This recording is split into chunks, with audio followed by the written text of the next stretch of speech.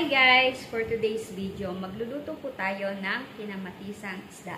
Kumakain po ba kayo ng kinamatisang isda guys? So, let's go! Simulan na po natin! So guys, napakasimple po ng ating lulutuin ngayon. At ito lang po yung ingredients.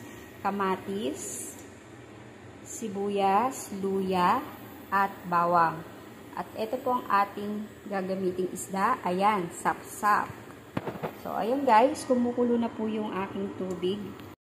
So, ang ginamit ko pong tubig guys ay yung hugas bigas or rice water. Kaya maputi po siya. Ayan guys, nailagay ko na po yung sibuyas. Susunod po natin yung bawang at yung luya. Pagsama-samahin na po natin guys, pati po yung kamatis. So guys, ayan, pinagsama-sama na po natin ang lahat ng ingredients.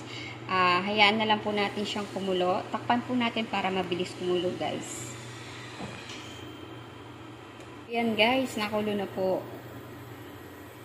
Ayan. Ang bilis kumulo, no? So, tanggalin lang po natin ng kaunti yung mga bubbles. Ayan. Normal lang po yan, gawa ng kamatis.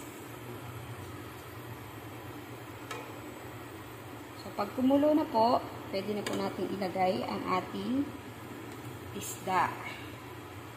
So, ito siya guys, sap-sap. Lagay na po natin. Ayan.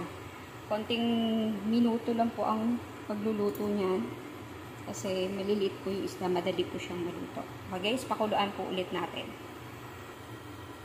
So, ayan guys, lagyan na po natin ng timpla. Ito, patis.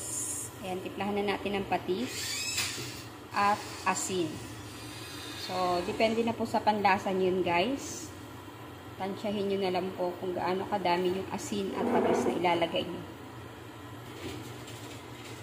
Lagyan na rin po natin ng paminta.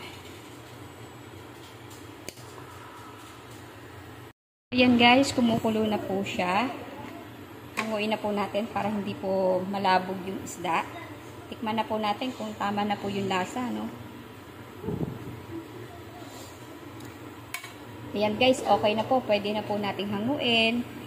Ayan, luto na po ang ating kinamatisang isda. So, thank you guys for watching.